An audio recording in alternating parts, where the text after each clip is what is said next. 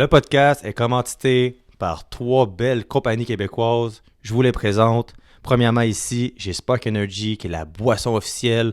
Vous avez des boissons énergisantes ou des électrolytes. Ici, j'ai NIH Suppléments, une compagnie de suppléments naturels qui sont réputés pour les produits de sommeil, de stress et de digestion. Et ces 2 belles compagnies-là, tu peux te les procurer. J'ai mon 3e commanditaire, Shop Santé, avec le code promo DOPA10 que tu peux utiliser sur le magasin en ligne ou au comptoir. Alors maintenant, on commence le podcast.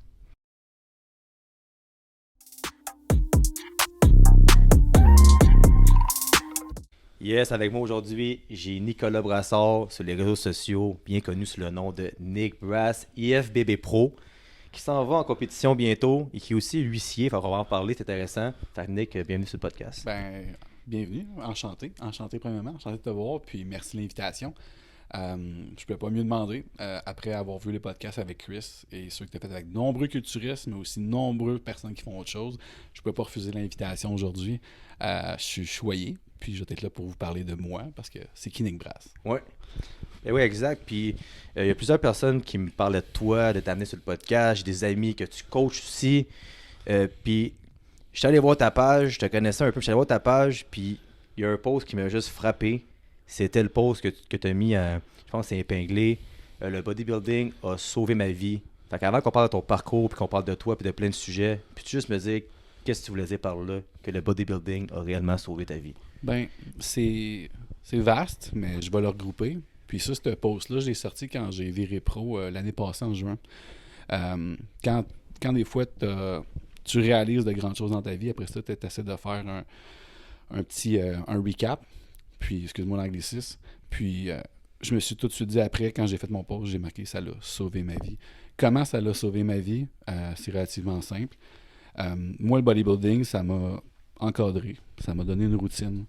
Ça m'a permis de me sortir des temps sombres, puis d'avoir un objectif extrême, a fait en sorte que j'ai pu juste progresser dans toutes les sphères de ma vie. Que ça soit relationnel, que ça soit physique, que ça soit émotif, que ça soit la recherche de connaissances. Fait que on s'enrichit, puis en s'enrichissant, on devient un être meilleur. Puis ça m'a fait réaliser que la chose la plus importante, c'est le bonheur. Parce qu'on parle de bodybuilding, on parle d'anabolisme. Donc, une sphère anabolique, la chose la plus anabolique, c'est d'être heureux. Puis moi, ça m'a rendu heureux. Si je fais un throwback, pourquoi ça a sauvé ma vie? Quand j'étais jeune, j'ai été victime de grosses intimidations. J'ai pesé... quand je me dirais 101, à un moment donné, je pesais 312 livres. Oh ouais. Puis après ça, la journée que je pouvais même plus me regarder. Ça faisait 1 an que je ne m'avais pas regardé dans un miroir. Puis j'ai des photos que c'est ma maman qui les a, que j'ai jamais vues, parce que je les ai cachées. Puis à un moment donné, je me suis dit à mes parents, qu'est-ce que tu veux comme cadeau? Je dis, je veux m'entraîner, je veux aller au gym. Fait que là, j'ai dit, je veux faire du bodybuilding. J'ai eu un livre d'Arnold, le classique, là, mais tu sais, il y avait aussi Dorian Yates que j'avais vu, j'étais jeune. Parce qu'il y avait encore des magazines dans le temps. Maintenant, c'est tout sur nos téléphones. Puis après ça, mon père m'a dit, mais prouve-les. Fait que j'ai dit, comment ça prouve-les? Il dit, j'ai des vieux Pro Raider dans le sous-sol. Je vais t'écrire un programme sur une feuille. Mon père, il a joué au hockey haut niveau. Fait qu'on a beaucoup d'athlètes dans ma famille. Mon cousin, c'est Jean-Luc Brassard, le skieur. Mon père, il a joué au hockey très haut niveau aussi. Puis j'ai un petit cousin aussi, qui était Derek Brassard, qui joue ici dans la NHL. Puis mon frère, Derek Brassard, lui, c'est un bon joueur de soccer, mais il n'a pas joué en NHL. Puis, fait que j'ai commencé. Puis quand il a vu que j'étais assidu, il a dit, je vais te payer un abonnement au gym. J'étais allé au gym. Puis là, j'ai commencé à vivre l'extrême. Mais l'extrême, ça a sauvé ma vie. Parce que le culturiste, pour être bon, il faut que tu sois dans l'extrême. Fait que j'ai fait mon cardio, j'ai perdu mon poids, ça a boosté ma confiance. Après ça, j'ai eu ma première relation avec une fille. Après ça, j'ai commencé à croire en moi, à être plus extraverti. Ça a boosté mes notes à l'école parce que quand tu passes du secondaire au collégial, c'est tellement important ton environnement. J'ai continué jusqu'à l'université, puis après ça, j'ai pris un autre tournure où là, je suis devenu huissier, j'ai continué à m'entraîner. Jusqu'à temps où là, ça m'a explosé au visage quand j'ai tourné pro l'année passée puis que j'ai fait. Je n'aurais pas réalisé tout ce que j'ai réalisé dans ma vie si j'avais pas eu le culturisme. Là, tu me dis 5 et 1, 300 quelque chose de livres, ça c'est à quel âge? Si j'ai 33, parce que oui, j'ai 33 ans et je viens de Salaberry de Valleyfield, je suis un campi valencien. Mais Valleyfield, non mais pour vrai, vous pouvez rire de moi.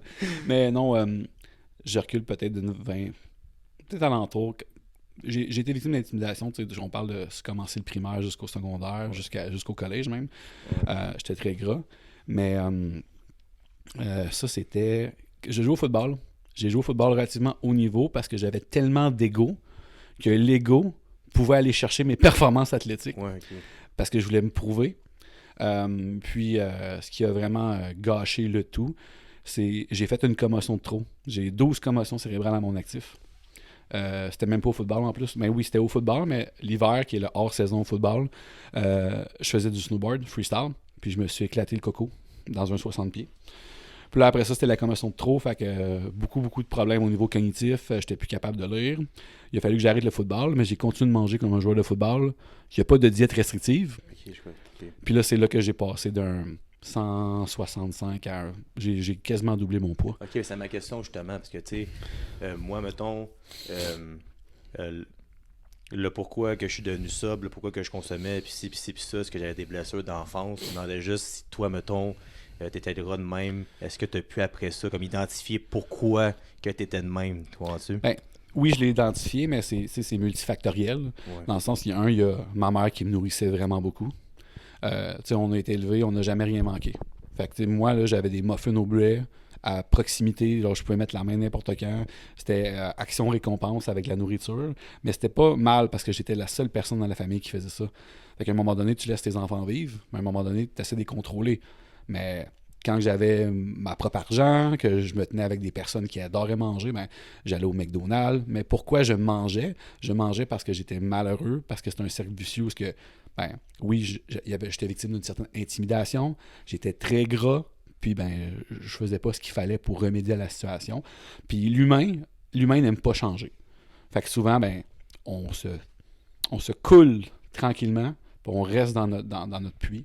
Puis ben, la seule façon de s'en sortir, c'est de toucher le fond. Puis, mais tu sais, mettons, dommage émotionnel, puis plus deep que ça, je vais tisser la ligne. Parce qu'il y a des choses qui nous arrivent quand on est jeune. Là. Mais par exemple, je te dirais que c'est pas mal ça. Puis est-ce que tu penses aussi, c'est parce que t'as une famille de sportifs, du monde qui ont réussi, comme Derek Brassard, Jean-Luc Brassard. Ça, c'est tellement une bonne Puis est-ce question. que, mettons, à cause de ça, tu downgrades un peu? Ah. Parce que j'ai beaucoup d'exemples de ça. J'ai des exemples dans ma famille aussi que c'est arrivé, ça. C'est bon que, que tu dis ça. Tu sais, comme mon frère est devenu une célébrité, puis moi, je le suis pas. Fait que ça mène vers d'autres types de problèmes, disons. Je me comparais Comparaison. non-stop la comparaison avec Ouais. mon petit cousin qui, lui, il excellait, qui était à aux Olympiques. Avec mon père qui avait une belle carrière. Oui, il avait mis de côté pour la famille. Puis là, je regardais toutes les personnes dans ma famille, même mon frère, ma soeur, tout le monde qui était fit, qui était en shape. Puis j'ai choisi la facilité aussi avec la situation que j'avais avec plusieurs choses. Mais je pense que j'ai remédié de façon efficace.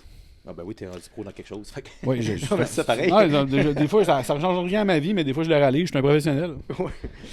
Puis là, ton père voulait que tu te prouves en levant des poids chez vous. Finalement, tu as réussi à te faire envoyer dans un gym. Fait que peux-tu me dire ton chemin à partir du moment que tu rentres dans le gym, comment tu te sentais dans le gym, puis du moment que t'es de ça jusqu'à maintenant, disons, là, Ben, tu que tu deviens pro. Là. ben, je suis rentré dans un petit gym. J'ai été accueilli par une communauté qui était une famille qui voulait que je réussisse. On est tous chanceux. Parenthèse, là, souvent quand vous commencez le gym, vous pouvez toujours m'écrire là, si vous avez des questions, ça va me faire plaisir parce que oui, j'aime ça que les gens réussissent dans la vie. Mais ne vous fiez pas à l'apparence dans les gyms. Les personnes en shape vont jamais vous juger. Fait que ça, je l'ai appris rapidement à cause des magazines, à cause des forums dans le temps. Bodybuilding, je le savais, fait que j'étais allé vers les bonnes personnes. Je me suis fait encourager. J'étais accro aux données.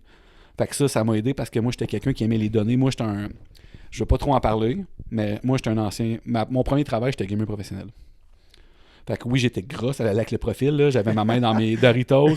Je buvais mes Monsters avec sucre. Ça doit faire 20 ans que je n'ai pas bu avec du sucre. Puis je gamais. J'ai monté jusqu'à, j'ai commencé avec mon game battle dans le temps avec Call of Duty. Après ça, j'étais allé jouer dans des teams MLG, là, jouer en ligne. Mon père me faisait du covoiturage vraiment loin pour que je puisse gamer. J'ai fait mes premiers salaires, tu sais, comme quand t'es jeune. Puis après ça, ben, pour être bon dans cet univers-là qui dure un 3-4 ans de carrière, des données, il t'en faut. Faut que tu pratiques comme au football. Là. Fait que, puis ces données-là, je les avais pas dans ma vie autre que dans ces vices-là, parce qu'on va se dire, quand tu games ou quand si t'es maladif, ben, tes notes en mangent un coup. Fait qu'il fallait que je trouve un équilibre. Puis c'était mieux de trouver quelque chose sain dont l'école. Donc, le gym, en même temps que l'école, que le collège. Perdre du poids de façon drastique. J'ai perdu un 100 livres dans ma première année. Là, j'ai vu mon changement, j'ai vu mes abdominaux, j'ai vu des lignes dans mes jambes, j'ai vu mon potentiel génétique. Puis j'ai dit, OK, j'ai fait ça en une année, mais je me suis donné. Là. Oui, j'ai fait des diètes restrictives au début pour perdre le poids. J'ai appris, j'ai posé des questions. Puis après ça, de fil en aiguille, tout au long du collège, j'ai pu être heureux et fier d'être étiqueté en tant que le gars qui amène son poisson dans la classe, puis qui se prépare pour sa première compétition, qui était la summum classique, je pense, en 2018-2019. Les dates, je suis fatigué. J'étais à 2 semaines d'un gros show. Là. Je te commencerai pas à dire de date, là, mais vous allez avoir une ligne de temps qui a de l'allure. Puis, par la suite, d'avoir cette étiquette-là, d'être reconnu comme un culturiste quand je n'étais même pas aussi imposant que maintenant, j'ai juste dit « I want more ». Puis, cette structuration-là de ma vie, comme je te dis, ça m'a suivi au collège, à l'université. Quand j'ai débuté, j'avais fait un certif pour rentrer en droit. Puis, j'ai tellement aimé le bodybuilding, puis je voulais tellement pas que ça joue sur mon bodybuilding que j'ai même fait des choix de carrière pour avoir la sécurité financière puis avoir le temps de m'entraîner, ce qui a fait que j'ai pu virer pro. Fait que c'est pas mal ça. Fait que pour la ligne de temps, c'est vraiment... J'étais très jeune, je me suis entraîné dans le sous-sol. J'ai commencé, après secondaire vers le collège, à m'entraîner vraiment, vraiment dur. Puis je me suis commandé tard. Moi, j'ai viré pro après juste 7 shows. Fait que j'ai commencé très tard, mais j'ai construit ma masse musculaire. Je faisais ça pour le plaisir. Mes 10 premières années, je pensais même pas à compétitionner. Puis par la suite, me demander que quelqu'un m'a dit dans ma tête, bon, tu devrais essayer de compétitionner. Je suis comme, why not? Mais pour de vrai, puis juste on est là-dessus vite, là. C'est tellement vrai que tu dis que tous les gros gars au gym, c'est de même que j'ai réussi à rentrer là-dedans puis à avoir... C'est sûr que je suis pas bodybuilder comme Nick, là, mais je suis quand même pas fait shape.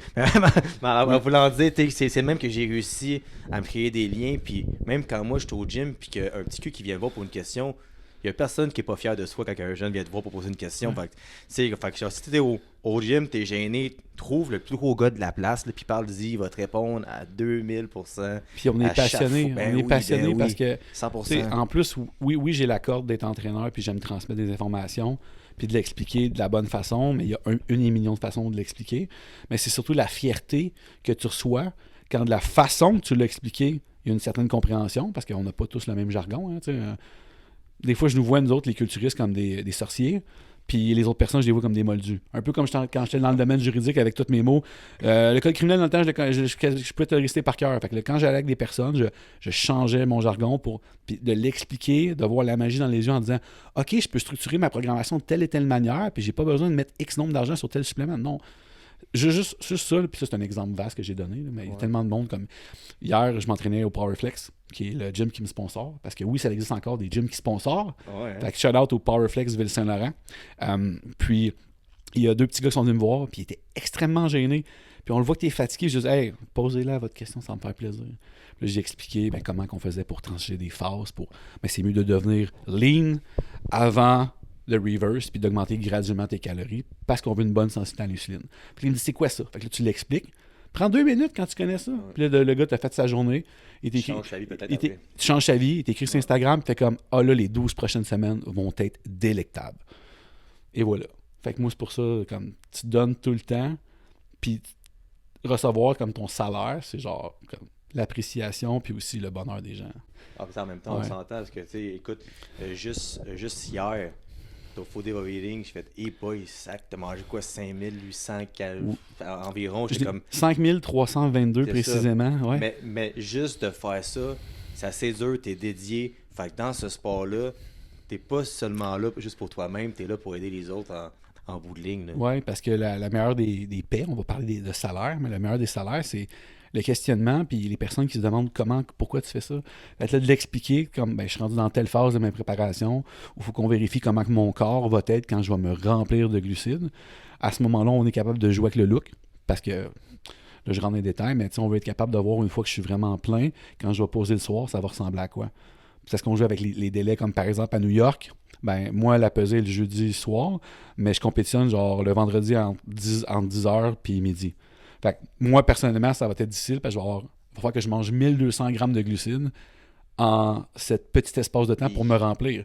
Mais quand on a fait la fake prep là, sur 2 jours, j'avais une base de protéines, donc la digestion était plus lente. Tu comprends? Fait que c'est tout le temps de faire des petits tests, puis il y a une science derrière ça, il y a des données à collecter. Fait que oui, mais les gens posent des questions. Fait que là, tu leur expliques, ils sont comme « Hey, c'est cool ça. » Fait que là, mettons qu'on rentre dans ta carrière de bodybuilding, c'est quoi ta première compétition, puis comment tu te sentais, puis comment ça s'est passé pour une première fois? Ça s'est super bien passé, mais c'est aussi avec du recul. Tu sais, je suis un Canadien français, je suis pas présent. Oui, je suis présent sur les médias sociaux maintenant. J'ai commencé. Vous pouvez aller on va le linker, mais quand tu vas compétitionner un petit Canadien français aux États-Unis, souvent, comme politically wise, c'est vraiment dur de se faire voir parce que c'est un petit nouveau. J'étais arrivé avec une super belle musculature, je pouvais pas être plus conditionné que ça. J'ai fini 12e au Texas, c'était le 8 août l'année passée. J'ai fait ma première compétition qui est Texas Pro, qui est une top tier. Là. Souvent, on parle de comme top 1, top 2, top 3. C'est une grosse compétition. J'étais contre 6-8 Olympiens, j'ai fini 12e. Ok, t'es quand même nouveau là-dedans. Ouais, c'est fou, je suis nouveau, je suis nouveau. Okay. Puis là, j'étais comme... 12e, je pensais... Tu sais, j'avais une juge qui me l'avait dit, j'avais des personnes qui étaient là, des yeux, j'avais d'autres juges comme tu vas être dans le premier call-out. Tu sais, le premier call-out, c'est comme les premiers. Là, j'étais comme, mon Dieu, là, j'avais tellement d'expectations pour même pas faire ma routine que j'avais préparée. Puis, pendant 1 heure, j'étais déçu, triste. Mais après ça, j'ai fait, hey, c'est juste mon 8e show à vie. J'étais au Texas avec mon coach, ma blonde. Je vais aller manger du brisket après. J'ai failli battre, j'ai battu 2 Olympiens, mais j'ai failli comme m'améliorer. Puis, le juge, il m'a raté, il m'a tassé, j'ai resté là. Qu'est-ce que j'en ai appris? Que je fais pas ça pour le placing. Parce qu'après ça, j'aurais pu juste faire comme beaucoup de personnes qui veulent pro au Québec, aux États-Unis, qui ont une pression incroyable sur les épaules, mais t'as pas de pression. Parce que même s'il n'y avait pas de compétition, je serais quand même en train de deadlift 6 plates sur le stiff leg, en train d'écouter ma musique, de manger mes repas. Puis la simplicité, j'aurais juste hâte d'aller m'entraîner dans un gym, d'essayer ça au State, aller manger un petit meal après, puis continuer. Parce que cette structure-là, puis cet extrême-là me plaît. Puis ça, c'était comme... Ça m'a fessé, mais en même temps, j'ai beaucoup appris. Fait que ma première compétition professionnelle, c'était 8 août 2025 au Texas. Une splendide semaine avec des péripéties. Genre que la première journée, quand j'étais arrivé le mercredi, l'hôtel que j'avais réservé, il s'avait trompé, fait que j'avais pas de chambre.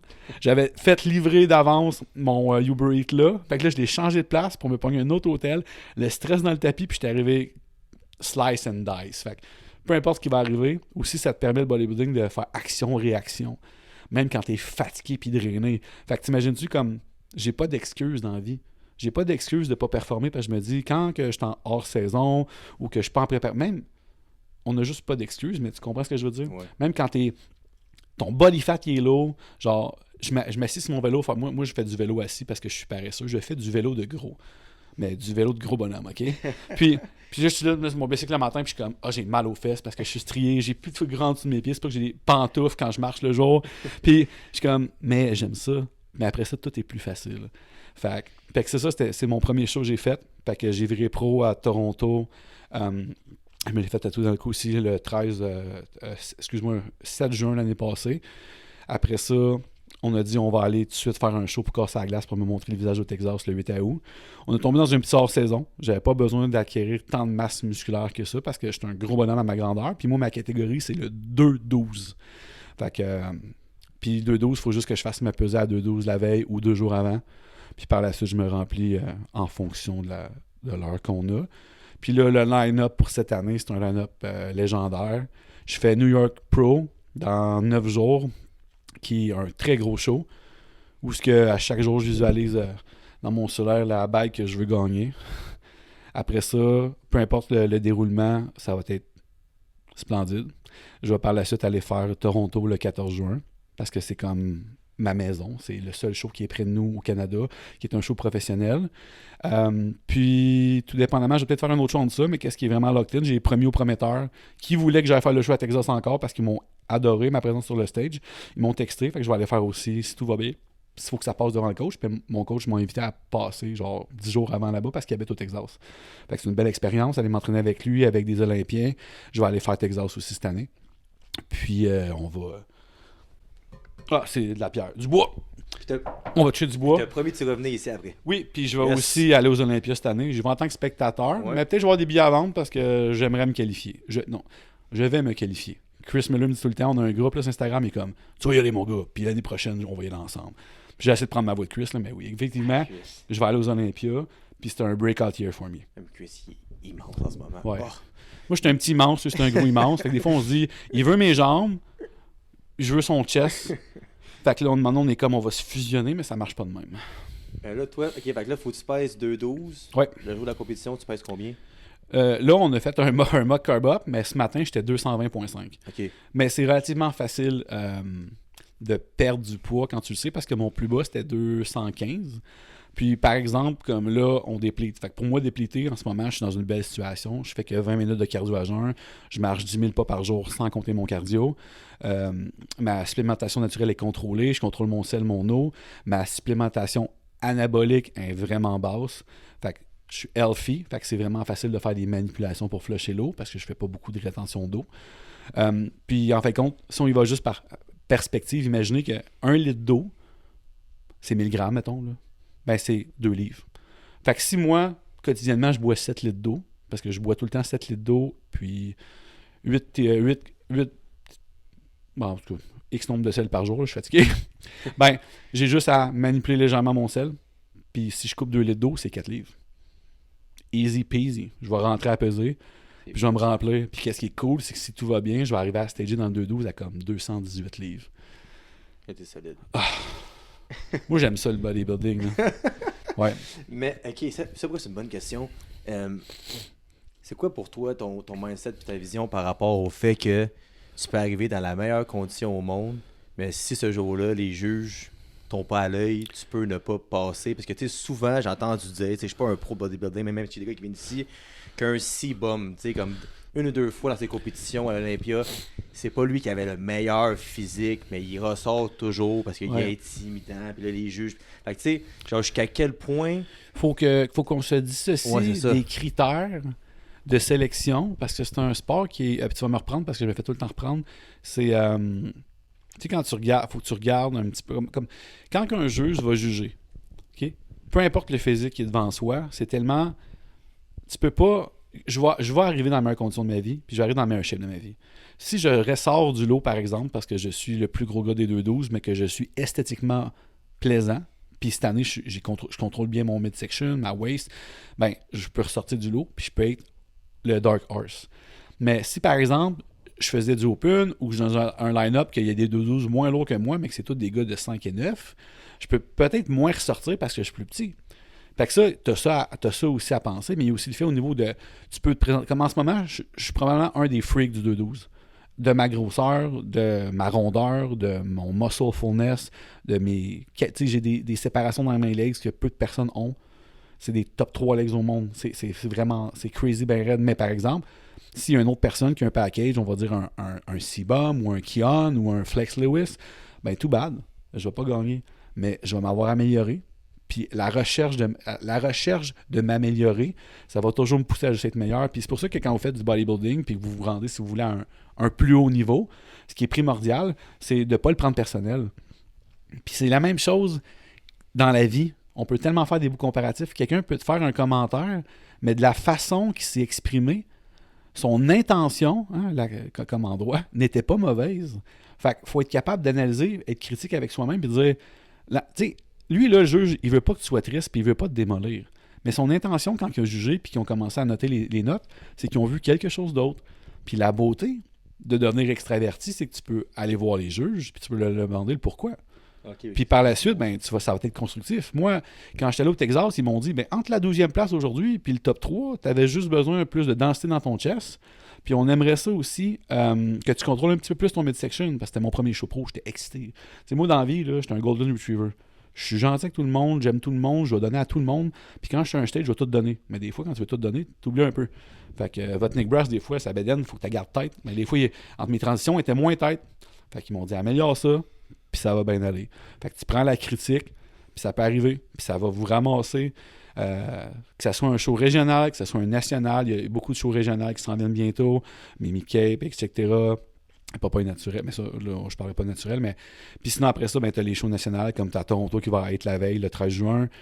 C'est pas parce que vous pouvez finir, là, par exemple, le 6e dans votre line-up, là, vous faites les modifications requises, là, ou vous vous présentez dans un line-up différent, vous allez gagner. La seule exception à la règle, c'est quand il y a un freak qui débarque, comme dans le classique physique, puis un Chris Bumstead, puis à ce moment-là, tu fais juste... T'es fait pour ça, génétiquement, de tous les points. Puis en plus, tu travailles fort. Mais il faut toujours que tu compares ton effort, puis en même temps, il faut que tu sois fier de toi. Les seules fois que je vais pas être fier de moi, puis c'est pas arrivé encore, c'est si, par exemple, je me suis dit... Je vais vous donner un exemple, là. Puis je suis content parce que c'est extrêmement fluide, puis j'adore ça parler, là.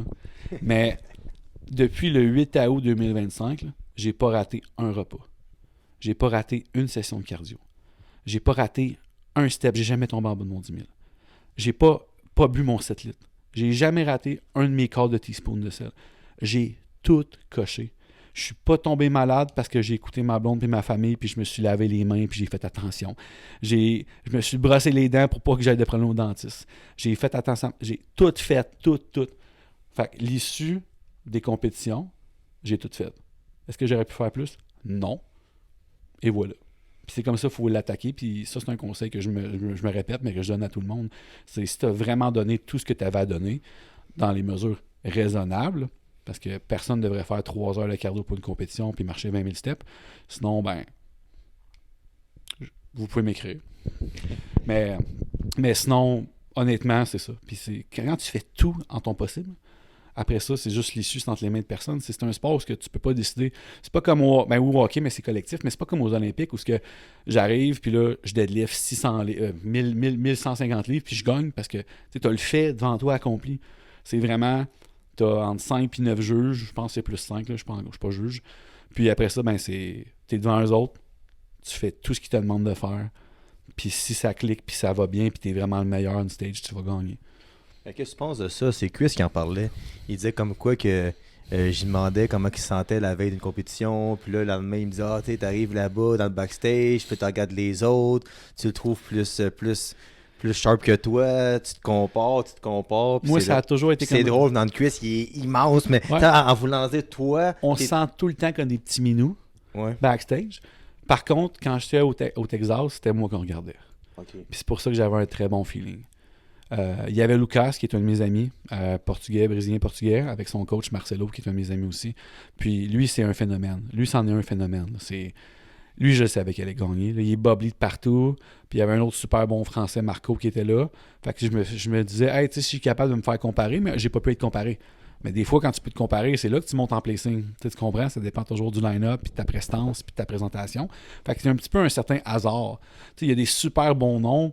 Si vous suivez le culturiste, puis si je pense à un nom connu, il y a Regan Grimes qui est canadien. Regan Grimes, il a un physique exceptionnel, mais quand il sera aux Olympiades, il sort sur le 3e line-up, puis il peut jamais se comparer à d'autres personnes. Fait que des fois, ça joue contre lui, mais il l'accepte, il continue parce qu'il adore ça. Fait que, mais oui, quand t'es backstage, là, jusqu'à temps que je vire pro, là, puis même quand je virais pro, j'étais tout le temps, genre, je textais, Ben m'envoie des photos, je suis comme, je suis correct, non, il est tellement gros, lui, il est tellement... Mais tout le monde se regarde. Puis les gars, c'est tellement drôle backstage parce qu'on se regarde les fesses.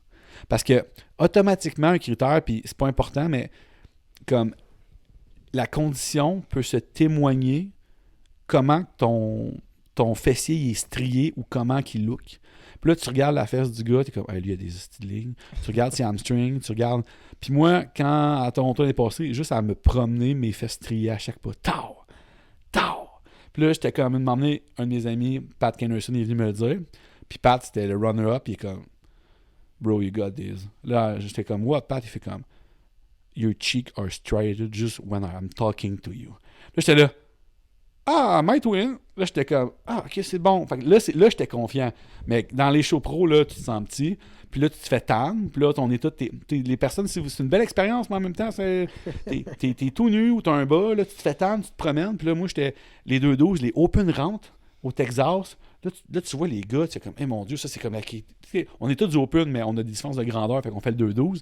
Puis tu es là, ok, je vais arrêter. Pourquoi je fais ça? Mais tu sais, tu niaises, tu continues, là. Mais c'est l'expérience backstage, c'est vraiment cool quand il y a de la fraternité, un peu, je pourrais dire, brotherhood. Puis tu sais, c'est un peu comme quand des gens s'en vont au centre des congrès pour voir des autos. Tu sais, tout le monde va s'aimer, c'est tous des passionnés. C'est la même affaire. Un show de bodybuilding, une convention de bodybuilding, les Olympias, les Arnold, le FitLog aussi. Je peux pas être là parce que j'étais à New York, ils m'ont invité. FitLog qui est en même temps que New York, le 8-9 mai là, à Montréal. Tu vas là, puis si tu es un petit peu dans le sport, là, genre le sentiment d'acceptation, la communauté, c'est la même chose backstage. Fait que quand vous avez une passion dans votre vie, que ce soit le dessin, que ce soit faire des podcasts comme un fou, puis ou d'adorer les bagnoles, le bodybuilding, c'est la même chose. Quand tu te rends à ce niveau-là, tu as le même feeling d'être avec des passionnés. Quand t'es tombé pro, j'ai demandé ça à Frank alors, j'ai demandé ça à une couple de gars. Pose-moi tout.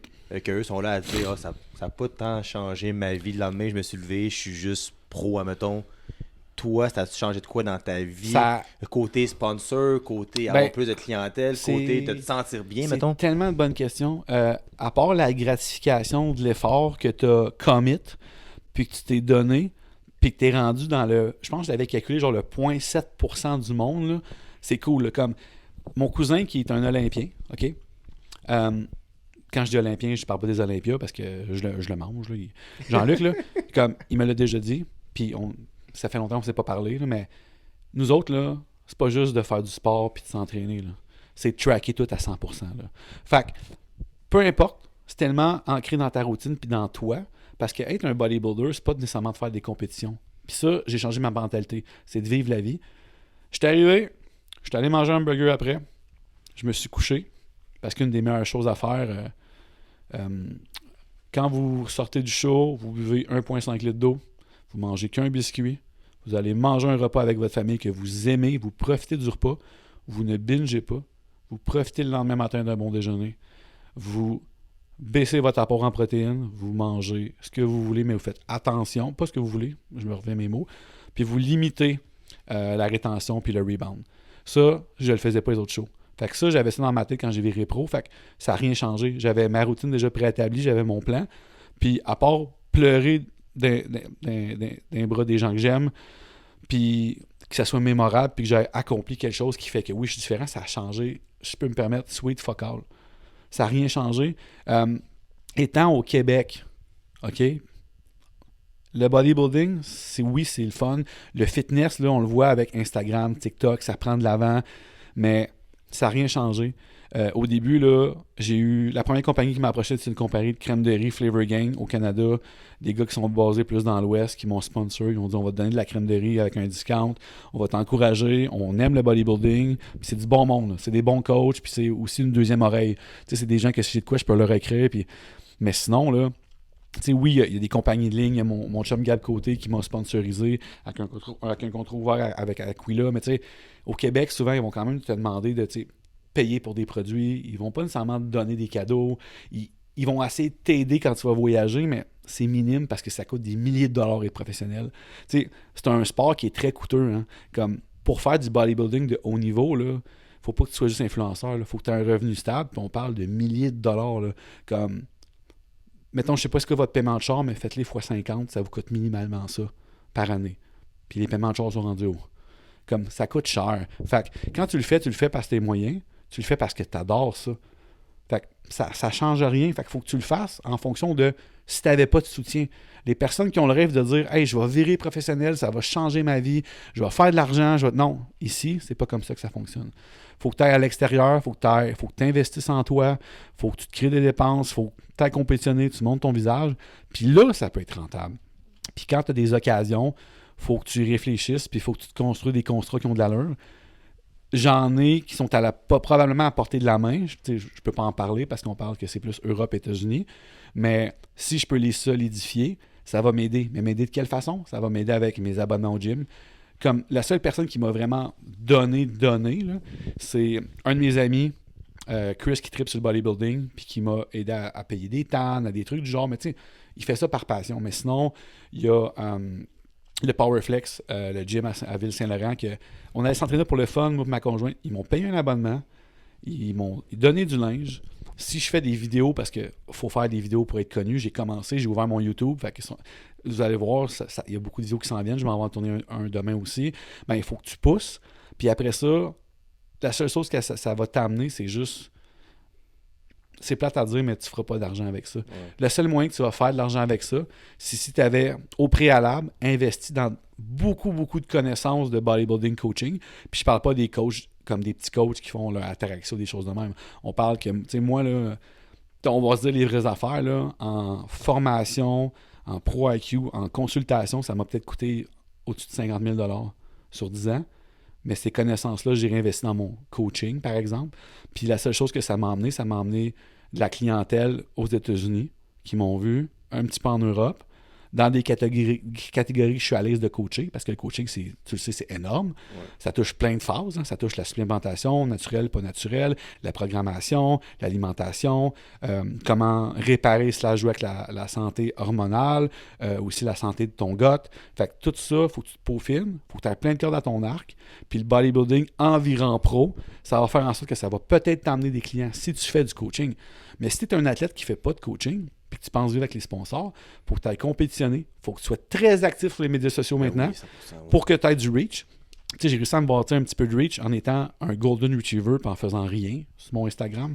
Fait que je me dis, si je pousse, mais avant de pousser, je vais performer. Il faut que tu performes avant. Puis après ça, une fois que tu as performé, c'est comme ça. Une question qui me vient, puis je fais le lien entre toi ou le gars secondaire qui te fait intimider, t'es 5'1", 300 quelque chose livres. Est-ce que dans ton inconscience peut-être, ou dans le fond de ton système nerveux, quand tu as gagné ta 4 Pro ce jour-là, t'as-tu pensé à toi il y a une quinzaine d'années, quand tu as commencé, puis tu as fait « Hey, c'est quoi, là, mon père me dit « Hey, lève ça, voir si t'aimes vraiment ça. Ouais. » Puis là, maintenant, je suis devant lui, puis je dis « Hey, c'est quoi, je suis rendu pro en Ouais, bodybuilding ouais. avec une shape incroyable, puis une discipline incroyable. » Fait que y a-tu un lien? T'as-tu Oui. pensé à ça après? Quand ils ont nommé mon nom, j'ai fermé les yeux. J'ai une vidéo sur mon Instagram. Puis, tu sais, quand que les films Marvel commencent, puis là, que tu as tous les super-héros que tu vois, puis ça clique, puis tu as une ligne de temps, là, ça a fait ça, man.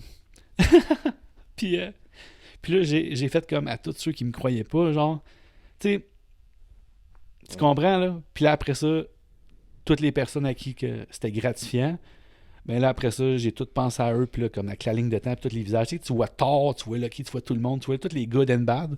Puis là, j'ai vu ça, puis j'ai dit, hey, ceux qui m'ont pas supporté, ben c'est soit qui vont me supporter, ou c'est soit, mais aller au Yab, puis après ça, tous ceux qui m'ont supporté, que ça a parti de mon père.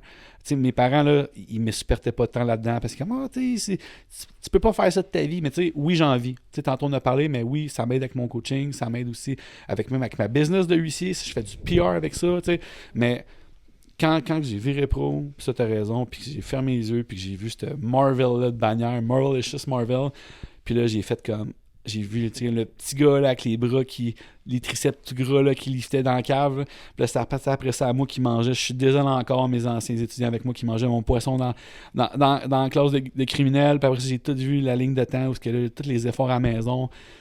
Puis, ouais. Excuse, c'était venu me chercher. Non, mais pour vrai, puis je ressens pas ça que je veux parce que c'est de quoi qui est vrai, puis t'es vrai comme personne. Puis, tu sais, moi, ça m'est venu tout de suite pour de vrai, comme même moi, des fois. Je te dis souvent, moi je suis un gars à la base qui bégaye. C'est con à se dire, j'ai un podcast qui réussit quand même bien, là, puis je parle bien, mais quand j'étais au secondaire 1, j'ai compté l'histoire sur un podcast que j'étais allé, que j'avais un oral d'écologie, puis j'étais pas capable de dire un mot. Puis fait que tu sais, maintenant quand j'ai un podcast, j'étais avec toi, j'y pense tout le temps. J'y pense tout le temps, je dis, hey man, je suis vraiment assis avec quelqu'un qui réussit dans la vie dans son domaine, puis que moi je suis là avec lui. Fait que je te comprends à 100% l'émotion que tu as par rapport à ça. Ouais. Quoi? Je suis parti d'un point A à un point B, puis toute une affaire. Tout le monde qui t'ont intimidé au secondaire, quelqu'un qui mange la mort finalement. Là. Ben, tu l'as dit pour moi, c'est comme, je vous lève le doigt d'honneur, avec respect. Puis je dis, ben regardez, fait que tout ça en même temps, c'est comme si t'es remercié de t'avoir poussé à cet extrême-là. Tu t'es remercié pas, mais tu comprends, mais t'es remercié d'avoir poussé à cet extrême-là, parce que t'as réussi un exploit que peu de personnes vont faire. Puis c'est gratifiant, puis après ça, t'avances. Un sujet que je parle à tous les bodybuilders qui viennent ici, puis il faut être transparent pour faire ce que tu fais. Il faut prendre des produits dopants, évidemment. Ben oui. Tu sais, comme naturel, c'est vraiment pas ta shape. On va dire la vérité. Là, qu'est-ce que tu peux dire par rapport à ça? Un peu d'enseignement. Parce que, tu sais, comme ceux qui viennent ici sont là à dire comme quoi qu'il faut faire attention, puis avant d'en prendre, il faut vraiment t'as eu des années dans la cravate, puis des ci, puis des ça. Fait qu'est-ce que tu peux dire à un jeune qui nous écoute, puis que lui, il pense à prendre des produits dopants, mais il est pas. Mais Mais c'est pas quelqu'un qui veut faire du bodybuilding puis veut juste prendre ça pour être beau, disons. Ben, je te dirais que ça soit pour faire du bodybuilding ou que ça soit pour être beau, ou peu importe, la première chose, c'est les questions que tu te poses, va faire des recherches. Mais va faire des recherches, mais prends-en puis lis-en. Va apprendre c'est quoi les anabolisants. Va apprendre c'est quoi les hormones. Apprends c'est quoi la testostérone, tes hormones, ton panneau endocrino. Fait que ton estrogène, ta prolactine. Apprends le plus possible. Apprends sur la pharmaco. Par la suite, puis je vais essayer de bien le dire en étant très poli, c'est trouve-toi un entraîneur que sa devise, c'est less is best. Puis trouve-toi un entraîneur qui est réputable, qui a un bon nom, puis qui va toujours te dire on va toujours maximiser de façon naturelle dans un premier temps. Puis par la suite, peu importe si tu as un potentiel génétique ou pas, ou que tu veux essayer, chaque personne a un choix. Tu as le droit de le faire. Mais moi, par exemple, si un jeune gamin, je vais dire, mais à l'âge que tu as encore un beau potentiel génétique. Tu devrais faire ça naturellement. Par contre, si tu veux vraiment accéder, parce qu'on va pas se le cacher, Chris, il a commencé jeune. Tous les top pros, il y en a qui ont commencé jeunes. Mais quand on commence jeune, c'est plus comme dans le temps. Là. Ils n'ont pas commencé à 16, 17, 18, 19 ans comme que je vois des jeunes. Là. Ils ont commencé dans la vingtaine. Là. Genre moi, j'ai commencé... j'ai 33, j'ai juste commencé à 25, 26 ans. Là, parce que j'ai attendu d'avoir mon potentiel génétique. Là. Puis je suis fier de l'avoir fait. Puis aussi parce que j'étais check-in. Parce que c'est une grosse décision. Ben des affaires que j'étais chanceux dans la vie. Quand vous commencez les produits, là, la première chose à faire, c'est si vous êtes un homme, allez faire geler votre sperme. Tu sais, comme ça, c'est de quoi que personne ne va parler, mais faites-les. Because who knows qu'est-ce qui peut arriver si vous voulez des enfants. Une fois que ça c'est sécurisé, après ça, ben, quand vous avez une bonne personne qui peut vous guider, ben, il va tout le temps vous dire « less is best ». Un premier cycle, ça devrait être seulement de la testostérone, puis ça devrait être à basse dose, disons. À basse dose. On ne nommera pas de dosage. Ouais, c'est ça, c'est de quoi? Venez me voir. Écrivez-moi, je vais vous le dire. Mais puis par la suite, ben, après ça, c'est juste d'y aller avec une progression lente, puis c'est tout le temps « less is best ». On a tous les hauts bodybuilders ont déjà eu des phases critiques où ils ont essayé de quoi qui était avec plus de risques. Puis on peut tous vous le dire que ça soit... Peu importe le culturiste que tu es venu ici, on est tous chum. Est-ce que ça a fait une différence majeure? Non. À part dérégler nos marqueurs de santé, d'avoir une pression plus élevée, d'avoir un rythme cardiaque plus élevé, d'avoir une glycémie dérogée complètement, puis de vouloir aller compenser avec d'autres produits pour que ton corps soit mieux pour être capable de mentir. Non. Respecte ton corps, puis health is wealth. La santé, c'est la priorité.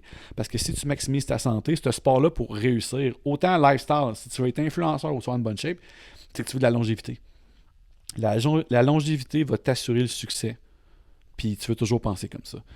Puis qu'est-ce que tu penses, admettons, sur le web, des fake natty qui sont réellement populaires, puis qu'eux, ils disent qu'ils prennent rien. Puis je reviens tout le temps à lui parce que c'est quasiment impossible qu'ils n'en prennent pas, comme un Mike Tursman là, qui est rendu à Dubaï, que lui, il jure que jamais pris ça. Mais quand tu le regardes, tu te dis, pourquoi les chances que j'ai jamais rien pris, disons. Il faut toujours y aller, puis il faut être rationnel. Comme un de mes amis, Quinton Area, Quinn Beastwood, je l'ai connu à Toronto, puis Quinn va faire Toronto aussi dans l'Open. Quinn, si je ne me trompe pas, il a viré professionnel naturel, dans du naturel, mais il avait une shape de gars assisté. Mais il n'était pas assisté. Nigérien, noir, beau muscle bellies, potentiel génétique exceptionnel. À ce moment-là, ça c'est correct, c'est situationnel, il faut y aller avec le gros bon sens. Mais comme beaucoup de personnes que je le sais que vous êtes des fake natty, parce que ben, ça se parle entre entraîneurs, puis ben, les personnes qui prennent des produits, on voit vos protocoles, ben vous êtes juste pas intègre. Puis ça, tout le monde le sait, puis ça va se voir. Ça va se voir si, par exemple, si un compétiteur, il y a de la gynécomastie, si, par exemple, on le voit qu'il y a un développement accru au niveau des épaules, des trapèzes, parce que quand tu es jeune, des fois, ben ton intensité, ton entraînement, elle n'est pas assez pointilleuse, tu comprends, pour développer. Fait que tu vas développer des muscles connexes. C'est tellement facile de reconnaître avec des yeux d'experts, parce que oui, on est des experts, on est des professionnels, que ça vaut pas la peine de vouloir les compétitionner, par exemple, ou de dire, peu importe, sur Instagram ou TikTok, je suis pas encore là-dessus, il faut que je gosse avec ça. Là. Mais d'être naturel quand tu ne l'es pas, c'est tu fais le choix de le faire. Par la suite, tu avances, puis c'est fini là. Puis en toute honnêteté, là, quand j'ai commencé à être assisté, là, ça l'a aidé un petit peu. Oui, ça l'a aidé, mais ça a été sur le long terme. Ça a pris 10 ans avant vraiment que j'explose. sais, 10 ans, moins que ça, là, 25 à 8 ans. Là. Ouais, 8 ans, 8 ans, mais tu sais, puis en 8 ans, vous auriez pu prendre le triple de ce que j'ai fait, vous n'auriez jamais marché. Parce que, vous n'avez pas les connaissances, vous n'êtes pas allé chercher la tête, mais... La discipline aussi. La discipline, mais comme, tu sais, les fake natty, je regarde pas ça parce qu'on le sait. On les regarde, puis vous me dégoûtez. Non, mais c'est vrai parce que il y a des fédérations naturelles qui se forcent à essayer de faire des réglementations qui sont assez strictes, ou qui font le test pipi. Puis nous autres, il y a beaucoup de monde, des amis qu'on se parle, qu'on pousse pour qu'ils fassent les bilans sanguins sur place. Comme ça, après ça, t'es marqué. Je vais vous donner un exemple. C'est pas la WN... C'est une fédération au UK. Ça, c'est vraiment cool. Là. Puis ça devrait être comme ça. Là. Ils prennent ton numéro d'assurance sociale. Ils prennent tes informations relatives à, mettons, à ta compétition, tout ce que tu as dépensé. Puis si tu n'es vraiment pas un vrai naturel, parce qu'ils font des bilans sanguins, un test d'urine, ils te rayent des organisations pour que tu puisses compétitionner partout, mettons, dans la NPC ou en Europe. Après ça, tu as une amende très salée. On parle d'une coupe de 1000. Puis après ça, t'es juste barré. Fait que ça, après ça, les gens, ils pensent deux fois. T'sais, ils ont vraiment comme... Mais ici, c'est tellement facile. Il y a tellement de monde qui ont dérogé. La seule chose, qu'est-ce qui est plaisant, c'est qu'avec les médias sociaux, il y a beaucoup de personnes qui critiquent, nous, les connaisseurs. Fait que ça met une pression accrue sur les juges. Puis c'est pour ça que dans les 2 dernières années, on a vu des personnes qui pensaient aller gagner leur carte professionnelle dans des classes naturelles, qui l'ont pas eu, puis qui se sont fait dire par les juges, va faire un show open. Comme, arrête d'avoir l'air d'un clown. Ouais, Fait que tu comprends? La pression qu'on a été capable de faire, ça c'est un des bons points, il n'y en a pas beaucoup des médias sociaux, c'est que là maintenant, on peut plus juste faire comme OK, là, on va le laisser passer parce que c'est bon pour la fédération. Fait que ça, mais les fake natty, faites juste pas être natty, écrivez-nous, ou tu comprends, puis on va setter ça. Là. Puis ça, c'est un fléau aussi maintenant là, avec les peptides. T'sais, on parle des anabolisants, mais aussi les peptides, qui sont, dans le temps, c'était des promos, mais puis les peptides, il y en a tellement, mais... By the way, les peptides, il n'y a pas encore assez d'études poussées. Fait que même moi, j'en ai avec mes athlètes, j'en ai avec moi-même que je peux tester, mais probablement qu'il va peut-être avoir des problématiques futures à l'utilisation de ces produits-là. Donc, tu es ton propre cobaye. Mais c'est pas parce qu'avec un coach, je fais le retour au coach qui prescrit des choses, qui dit « Fais ça, ça, ça ». Ouvre ton goggle, là, puis ton chat GPT va te dire des affaires mieux des fois que la personne va te dire quoi faire. Fait que fais tes vérifications, fais tes analyses. Puis, tu sais, on va se le dire, les produits dopants, il y en a partout. Il y en a aux Olympiques, il y en a dans NHL, il y en a dans NBA. C'est juste que nous autres, ça apparaît plus parce qu'on a l'alimentation, on a la supplémentation, puis on a l'entraînement qui fait en sorte qu'on va favoriser l'hypertrophie musculaire parce que c'est ce qu'on veut. Mais tu sais, comme j'ai 2 de mes chums qui sont des unités spéciales dans l'armée puis qui prennent plus de stock que moi parce que c'est des surhumains. Mais on le verra jamais. Qu'est-ce que tu penses de la fameuse question discipline over motivation pour toi? Parce que, écoute, on se parle là, un peu depuis une semaine, puis tu me dis qu'est-ce que tu fais dans ta journée? J'ai pas le gars, il est à 12 jours, 10 jours d'une prep, puis il est partout en même temps. Ouais. Comment tu restes discipliné? Fait que, c'est quoi ton rapport entre la motivation et la discipline? Puis comment tu restes tout le temps? Genre, la motivation, c'est le petit gros Nicolas Brassard qui finissait ses devoirs pour avoir un muffin au bleuet, puis qui se nourrissait à action-récompense. C'est ça la motivation. T'as bien beau avoir n'importe quelle vidéo de motivation, te dire hey, si je le fais, je vais avoir ça. Mais la journée que tu le reçois pas, là, ta motivation diminue.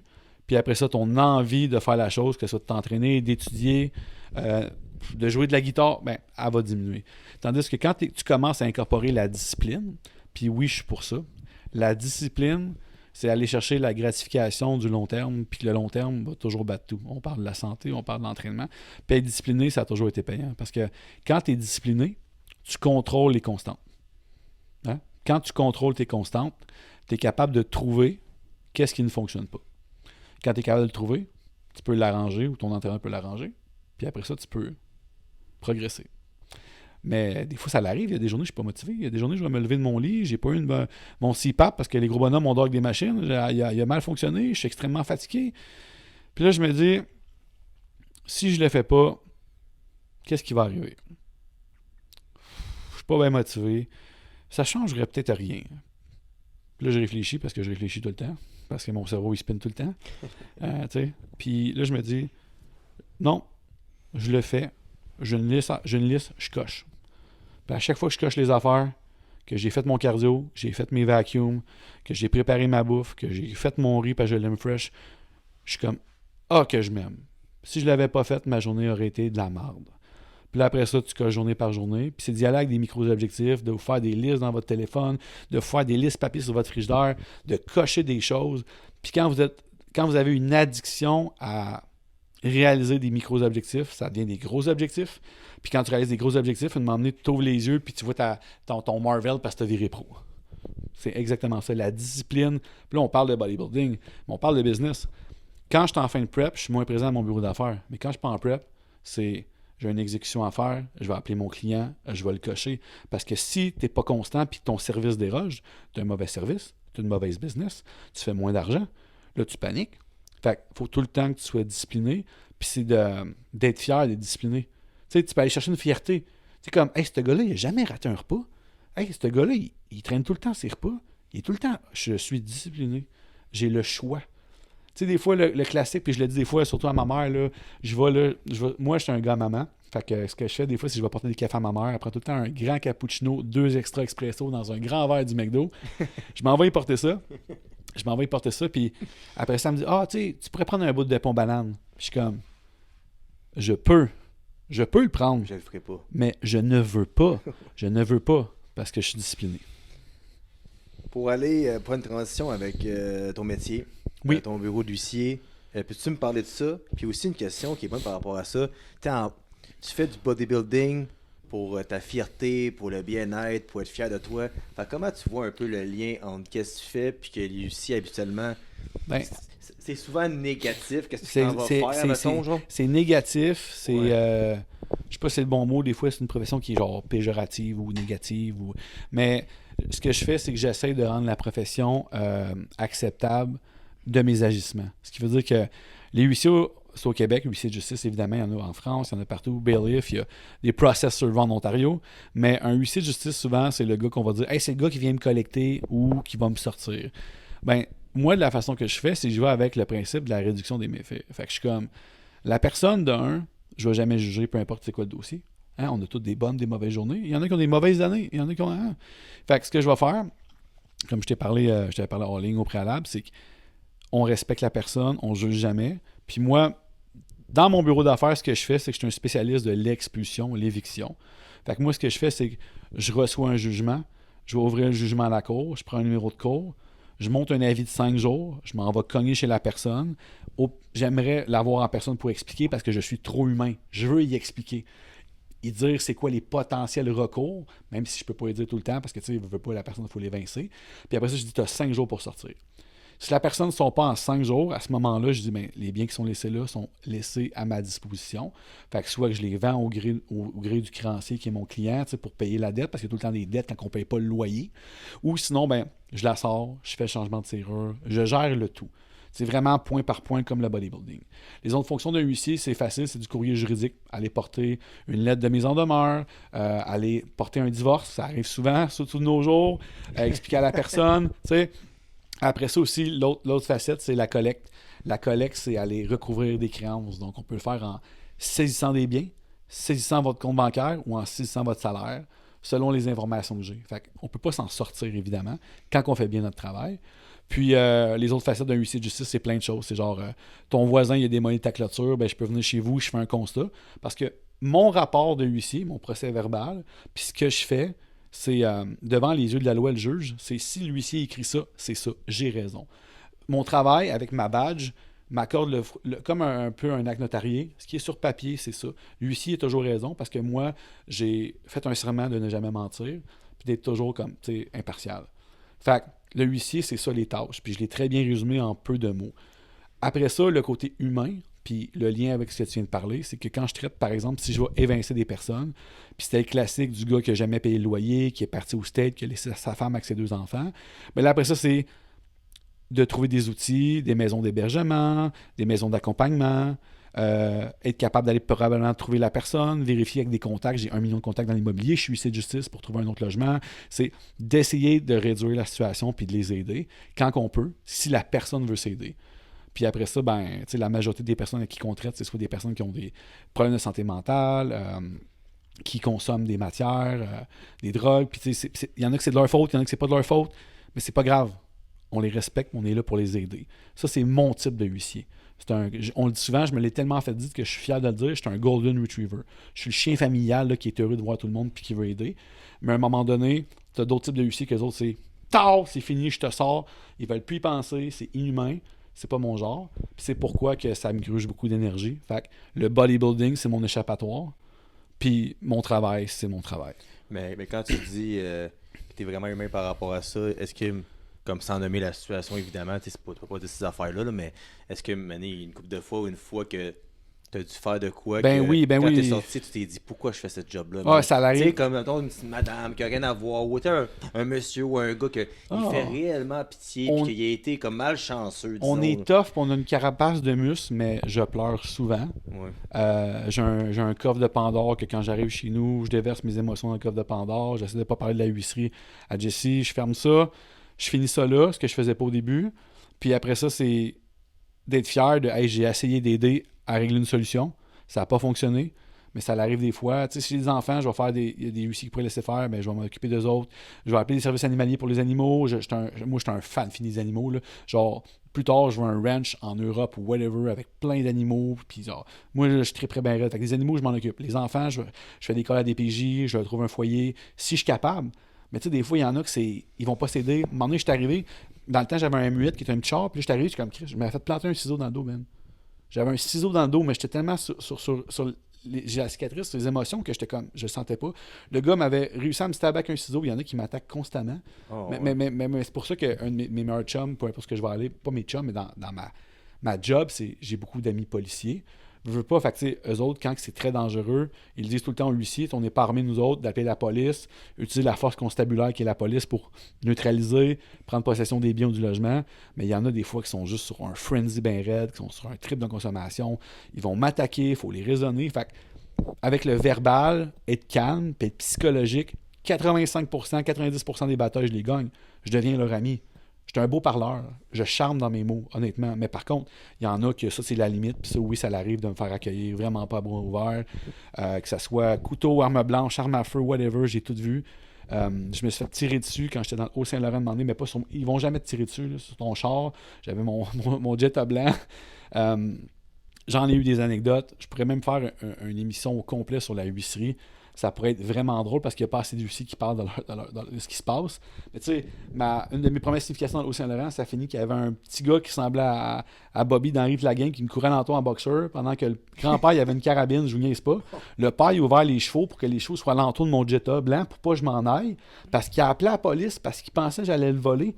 Mais parce que son ex, en fait, compte, elle avait un papier de divorce. Mais c'était même pas ça que j'étais venu vous porter là, cette journée-là. C'était un papier de la MAPAC, parce qu'avant, il faisait des trucs alimentaires, puis je voulais juste dire qu'il avait plus le droit.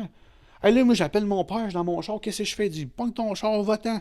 Là, j'ai passé, genre, 8 heures avec la police parce qu'il m'accusait d'avoir pété la clôture quand c'est lui qui allait péter sa clôture. Ça, c'était mon premier papier à l'extérieur, ça a brisé la glace. J'ai comme, me suis fait tirer dessus, j'ai vu des chevaux de proche, j'ai un petit gars tout nu qui me courait alentour. Là, j'étais comme, hey, ça commence de même la profession. J'étais comme, mais tu sais, j'étais primé dans le temps. Mais tu te rends compte que la réponse, c'est jamais d'être agressif, c'est tout le temps d'être passif. Puis ça m'a appris beaucoup cette profession-là. Puis je sais pas si je vais. Le coaching puis le bodybuilding va vraiment bien. Fait que moi, mon but, c'est de garder mes parts dans mon entreprise. Probablement, quitte à les diminuer, mais d'être tout le temps présent pour, oui, une stabilité, une sécurité financière, mais d'être capable d'aider les gens, d'être le UC qui aide. Ouais, c'est super intéressant comme domaine. Puis c'est souvent un métier qui est comme pas négligé, mais que le monde n'aime pas parler parce que c'est pas sexy comme job. Ben non, la seule affaire qui est sexy, c'est quand je m'habille bien. Ouais, oui, puis souvent, là, j'avais un texto d'une de mes clientes, là, j'ai mis une photo de sur Instagram, puis elle est comme, en tout cas, moi, si ce serait arrivé de même chez nous, je m'en irais vite à la grosseur de bras que t'as. Je suis comme, mais pour vrai, ça l'aide. D'avoir une chef de culturiste quand je cogne chez les gens, là, des fois, il y en a un demandé, c'était Cassino à Valleyfield. Tu sais, Valleyfield, ça s'en vient vraiment bien. Mais il y a des quartiers qui sont, comme j'appelle ça, des mini-détroits, là, tu sais. Je suis comme, puis là, le gars, il arrive, il y avait un tournevis, puis il est comme, je vais pas t'essayer. Là, il me donne son tournevis. Là, il sort du balcon, il fait comme, prends ce que tu veux, je m'excuse. Juste quand il m'a vu, j'étais full, j'étais off-season, j'étais énorme là, à ma grandeur. J'ai fait comme, c'est vrai que le physique, ça peut parler, mais c'est un couteau qui est à double tranchant. Parce que les taupins qui voient que tu es musclé, Ils veulent te challenger. Ouais. Fait qu'à ce moment-là, qu'est-ce que je fais? Je m'excuse. Je m'en vais dans mon char, j'appelle la police, je m'en vais. Ça finit là. Fait que oui, c'est un métier qui est je trouve pas le mot, mais comme tu l'as dit, des fois, là, les gens sont comme ah, c'est oui, mais c'est ça. C'est quoi le meilleur conseil que tu as eu dans ta vie? Puis c'est quoi le pire conseil que tu as reçu que jamais tu vas écouter, mettons? Le pire conseil, c'est écoute-moi, pose pas de questions. Ça peut impacter ta santé, ça peut impacter tellement de choses, ta santé mentale, ta santé physique. Ne fais jamais de confiance aveugle à quelqu'un. Fais tes recherches, consulte tes amis, ta famille. Peu importe, là, on parle de bodybuilding puis tout, mais genre, comme, tu sais, là, genre, ferme ta bouche, là, fake it till make it, là. Non. Ça, c'est la pire affaire là, que j'ai faite, là, puis, fait que un des meilleurs conseils, ça serait de ne pas juste écouter. Puis moi, mon meilleur conseil que je peux donner, que j'ai appliqué cette année, c'est... Hey, c'est fou, c'est une méchante bonne question.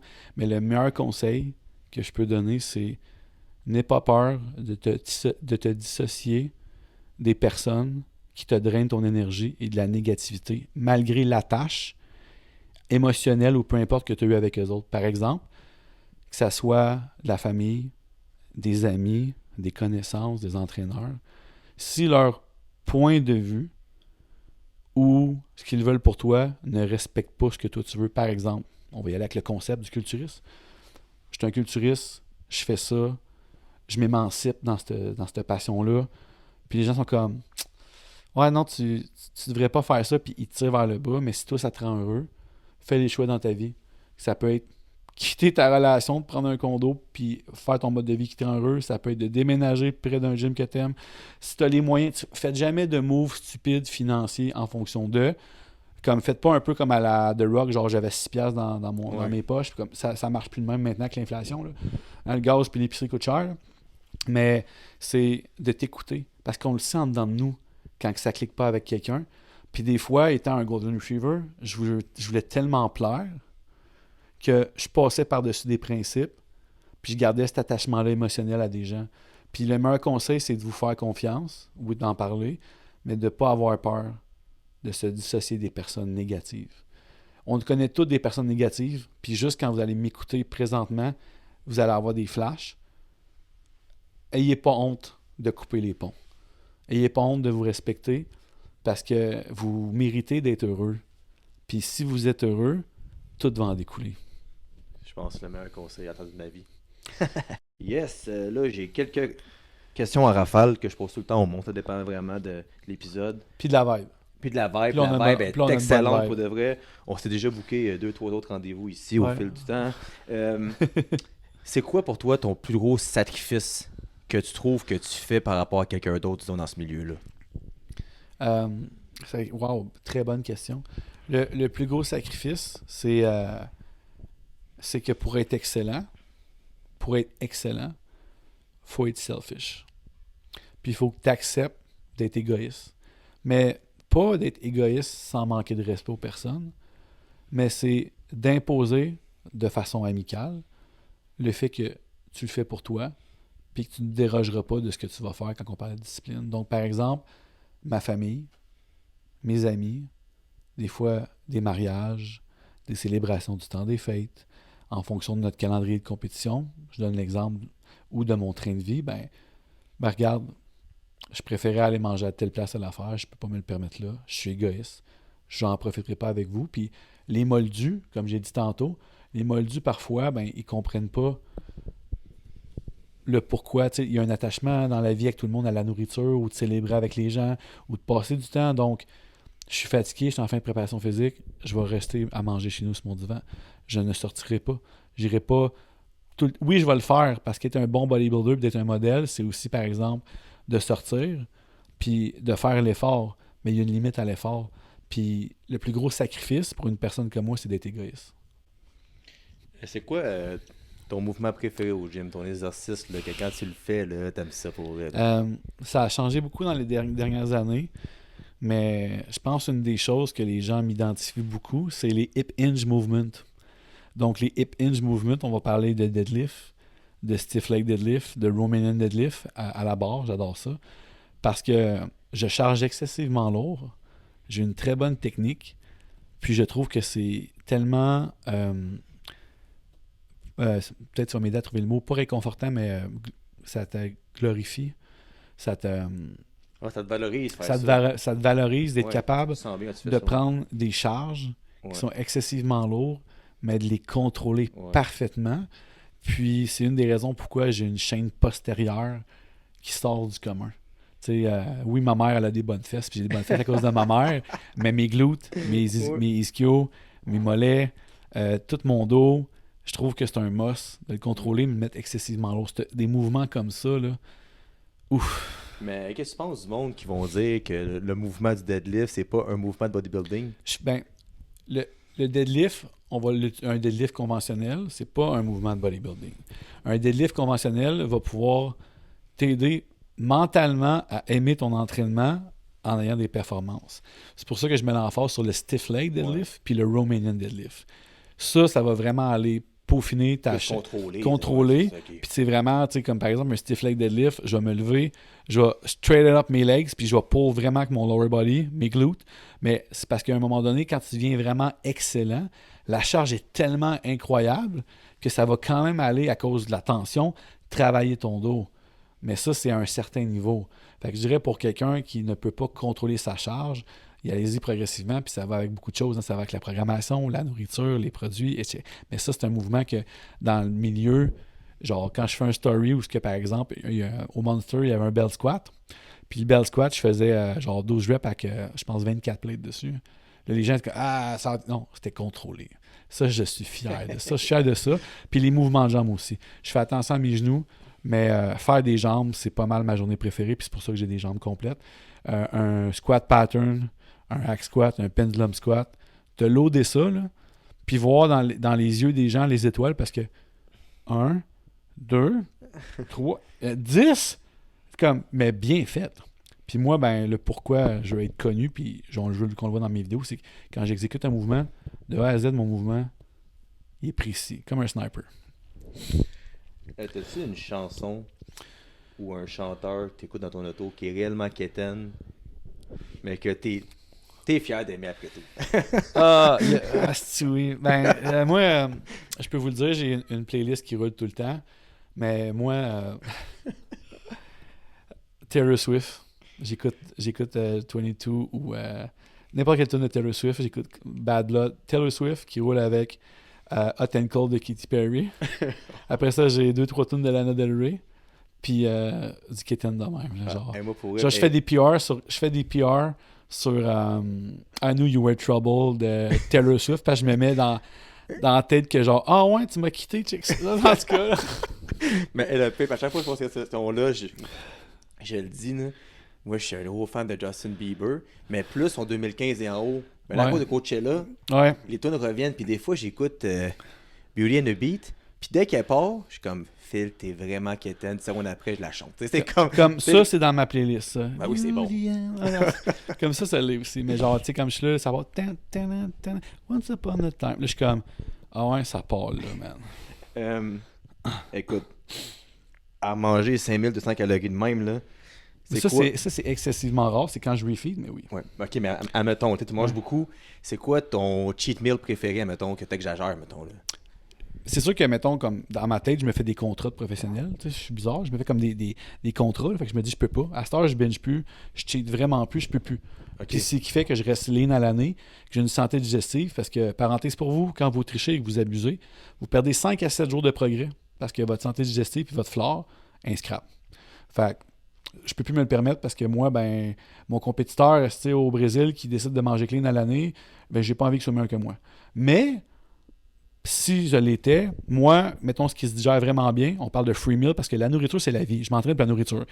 Tu sais, burger frites, sushi, c'est des classiques. Avec la crème à la glace après ou des biscuits. Moi, je suis un gros fan de muffins et biscuits. Ça, je tripe bien raide. J'ai un gros trip. Dessert préféré, gâteau carotte. Gâteau carotte, ça, je vais m'en claquer un après Toronto, c'est sûr. New York, je sais pas parce que je fais un show 3-4 semaines après. Mais l'italien. Fait que mettons là, comme tu sais, un bon italien. Depuis que j'étais revenu de l'Europe, Quand je vais un Italien, je vais manger du bon italien fait avec des bons produits qui vont pas te créer de problèmes digestifs, des bonnes huiles d'olive, des pâtes qui sont comme pas fermées. Tu comprends ce que je veux dire? Pas de gluten. De quoi vraiment clean. Genre, un bon italien que je peux manger plein de course meals, des sushis, hamburgers.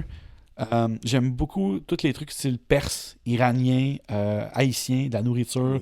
C'est tellement bon, genre, osez manger de la nourriture, genre, sortez des sentiers battus, découvrez des cultures, comme, plongez-vous dans la nourriture. Et ça paraît que les mots que je dis, je suis passionné de la bouffe. mais j'ai un gros trip, là, dans mon fil, là, j'ai un gros trip en ce moment de gâteau carotte, tiramisu, puis... burger parce que c'est simple. C'est de quoi qui crée pas trop d'impact quand ça se digère bien. Ben disons, avec un brin d'humour, c'est quoi ta relation avec les muffins au bleuet maintenant? Faut pas que j'en aille qui traîne. Ça m'a marqué. Genre, comme ma dernière brosse quand j'étais jeune, je pense que c'était une liqueur au pêche, là. Puis là, ça, je peux plus le sentir. Mais ma dernière brosse de bouffe, c'était peut-être bien un... Hey, c'est ça, je pense. C'était 6 gros muffins au bleuet du Costco, coupé en deux avec du beurre dans la poêle. Moi, je pouvais t'aligner ça de même, puis je pouvais même les tremper dans le sirop d'érable, mon chum. Mais ça, ma relation, c'est genre... Ça a l'air con, là, mais un bon bol de yogourt grec avec du beurre d'amande, du miel, du granola, puis un shitload de muffins au bleuet, là. Genre, mais moi, je suis spécial. Genre, comme... J'ai tellement... Comme, vous avez jamais mangé plus que moi. Genre, oui, mais pour vrai, là, je suis le genre de gars qu'avec les restants de barres de chocolat d'Halloween, là, je me mets dans le plus gros bol possible, je me mets du lait ou du lait au chocolat, puis je les mange comme des céréales. I'm that guy. Puis là, parce que là, je ferais de l'hyperglycémie puis je m'endors tout le temps. Là, mais, tu sais, throwback. Là. Ma première date, quand j'ai mangé des sushis, je l'avais mangé 133 pour impressionner le monde. Puis quand je suis arrivé chez nous, j'ai mangé 40 puffs. Fait que oui, j'ai vécu dans l'excès. Faut que vous le viviez. Faut que vous sachiez c'est quoi le plus gros de votre paroi. Mais par exemple, à un moment donné, si vous voulez être professionnel, ben, vous devez traiter votre santé digestive avec respect, comme vous traiteriez votre mère avec respect. Parlant de mère, justement, parlant de famille, qu'est-ce que tu peux dire par rapport à ça? Ou soutien tu as eu tes parents de ta jeunesse quand tu étais intimidé à maintenant que tu as une belle carrière, que tu es rendu up there, mettons. Mes parents m'ont jamais soutenu nécessairement dans le bodybuilding de haut niveau, mais par exemple, j'ai jamais manqué de rien quand j'ai voulu en faire. Tu sais, jeune, tu te rappelles, j'ai dit tantôt, mon père voulait m'aider, puis ça a commencé. Mais tu sais, j'ai jamais manqué de rien. S'il fallait que je me fasse du meal prep de patates douces, que je pesais au gramme près, mon père m'achetait mes patates douces à l'épicerie. Pour lui, c'était comme, j'aime bien mieux qu'il mange ça que des bars de Chewy, même si c'est fucking bon. Des Val Nature au beurre de peanut dans un bol de lait. Mais tu sais, mais comme tu comprends, hey, ça c'est bon là. Mais tu sais, mes parents, c'était comme, j'avais mes fruits, j'avais mes poitrines de poulet du Costco d'acheter, j'avais ma viande de cheval qui était maigre. Ils m'ont tout le temps acheté ma bouffe jusqu'à temps que tu vieillisses, tu quittes le nid familial. Après ça, supplémentation m'ont tout le temps aidé, ils m'ont tout le temps supporté. Puis après ça, c'est vraiment quand je l'ai fait plus de haut niveau que ils trouvaient ça weird que je me promène en bobette avec un tan puis que je prenne des produits. Parce que ça s'est vu. Mais c'est pas mal ça. Je sais pas, j'ai répondu à la question. Oh, ben oui, je pense que oui. Ouais. Oui, ce qui m'a vraiment aidé aussi, c'est que j'ai été choyé. Mes parents sont encore ensemble. Ils nous ont élevés avec beaucoup d'amour. Ils nous ont élevés avec amour. Ça l'a beaucoup, beaucoup aidé. Puis ils nous ont tout le temps supporté, moi, mon frère, ma soeur. C'est quoi ta vision de ta vie, de ta carrière, ton idéal dans les prochaines 5 années, 10 années, disons? Je te dirais que même 2 à 5 ans, c'est réaliste. C'est de performer sur... pas être un influenceur, mais d'aider les gens. Fait que oui, d'être un peu un influenceur. De performer sur les stages. J'ai 33 ans, mon pic, ça va être 38-40 ans. Fait que j'ai du temps. Puis je suis très jeune, je suis très en santé. Je suis vraiment en santé, ce qui est cool. Fait que c'est vraiment de gagner des pro shows dans le 2-12. Je vais en faire cette année. Après ça, que ce soit 2-12 ou l'Open, c'est de monter les échelons où ce que la chef veut y aller, perfectionner, mais faire mon succès sur le stage. Après ça, que les gens s'intéressent à moi. Évidemment, ma business de coaching est en plein essor, ça va vraiment bien. Fait que ça, j'ai tout le temps de la place. Surtout pour les compétiteurs, je fais de la sélection maintenant. Donc, figure, women's bodybuilding, women's physique, men's classique, men's open bodybuilding. J'ai tout le temps de la place. Les lifestyles, j'en prends, mais je prends des personnes qui sont vraiment locked in. Ouais. Tu sais, ou si il y a des conseils, je les prends des fois 6-12 mois, mais moi, je m'arrange pour que tu sois capable de voler de tes propres ailes. Je ne prône pas l'attache. Fait que ça, c'est ça mon but, c'est de monter mon roster de personnes que je compétitionne parce que je suis un pro coach. Je suis un pro prep coach. je prep avec des outils. Je n'utilise pas des applications gaga. C'est vraiment genre, j'ai mes Google Sheets, j'ai mes timelines, j'ai mes trackers, j'ai mes choses du genre. C'est fucking ça coche. Puis c'est de booster mon coaching, c'est de continuer d'optimiser ma business de huissier avec le numérique, parce que c'est le droit au Québec, c'est un petit peu vieux jeu. Ouais. Puis c'est de rentabiliser ça, de continuer que ça roule automatiquement, que je peux être moins présent. J'ai déjà engagé des employés. Fait que c'est juste de monter ma business de huissier. Si c'est trop challengeant, probablement vendre mes parts. Par la suite, ça va être de booster mon bodybuilding, mon coaching. Puis d'ici 2 à 5 ans, ou peut-être 6, whatever, quand je veux encore faire du bodybuilding, je vais être capable de m'ouvrir les yeux un matin, faire comme « Ah, je suis à Vancouver, au BC, je suis sur mon portable, je réponds à mes clients, j'ai 15 clients par jour. » Puis, tu sais, moi, mon service de coaching, c'est via WhatsApp aussi, mais je fais 24/6. Les dimanches, j'ai prends off sur les urgences ou les préparations, mais c'est tout le temps. Fait que c'est pas comme 48 heures après que je te réponds. Fait que moi, des fois, ma blonde, elle me gosse, mais tu sais, comme là, mettons, on fera une joke, si j'ouvre mon WhatsApp, j'ai 42 messages. Fait que j'ai 1, 2, 3. Fait que là, tout ça, il faut tout que je leur réponde, mais je trippe bien raide. Parce que les personnes, maintenant, ils veulent que ça soit live. Ouais. C'est juste que des fois, quand j'étais avec ma conjointe ou j'étais avec des amis, il faut que j'apprenne à dissocier. Ouais. Puis comme dans une vidéo que j'ai faite avec Nick Phil, qui va sortir des Reels, puis tu es supposé le voir, Nick Phil, ben, Ouais, il m'a emmené, bientôt, Nick. on donne des conseils. C'est genre, à un moment donné, t'es mon client, t'es mon ami. Fait que je fais une pause. Fait que c'est de grandir, puis de booster mes business, mais d'avoir du plaisir. Parce que c'est cool faire des sous, mais j'aime bien mieux manger des free meals avec mes chums, que mes business roulent, puis je suis capable de mettre de l'argent dans mes CELI, mes REER. Puis quand je vis ma vie, puis j'ai fini, je regarde, puis je fais comme, hey, là, je suis fier. Hey, pour vrai, merci beaucoup. Puis pour vrai, t'es également un bon gars. On va dire la vérité, t'es transparent. Je suis vraiment content pour le reste. C'est mon 126e épisode. Tu sais, je dis ça souvent. Sans quoi? 126. 126. Puis honnêtement, un épisode de même, pour moi, j'en ferai à tous les jours. Pour vrai, c'est excellent. Qui te revient bientôt après tes compétitions. Je le promets, je reviens, puis Ouais. on peut vous parler, là, il va y avoir des commentaires, mais tu sais, si vous voulez que je parle plus de bodybuilding, que je parle de produits, mais de façon raisonnable, que je peux parler de la huisserie, c'est un mot sûrement que j'ai créé, mais ça fait fucking nice, huisserie, peu importe, des expériences de vie. Ouais. Fait que, ouais, puis pour vrai, je te revienne, puis je te souhaite le meilleur pour ta compétition qui s'en vient, ceux qui s'en viennent, puis je pense que tu vas gagner ça. Ouais, Je je vais me vous suivre, gagner c'est ça. 100% sûr. Fait que merci tout le monde pour de vrai d'être là encore avec nous. Merci à mes 3 commanditaires, Spark Energy, qui est la boisson officielle du podcast, et NIH Supplément, qui m'aide surtout avec mes produits de sommeil. Puis ces 2 belles compagnies-là se vendent. Je suis mon 3e commanditaire, Shop Santé, avec le code DOPA10. Alors, merci beaucoup. Ouais. Nick, c'est excellent. C'était excellent. Et on se revoit bientôt pour de vrai. Ouais. Alright, ciao.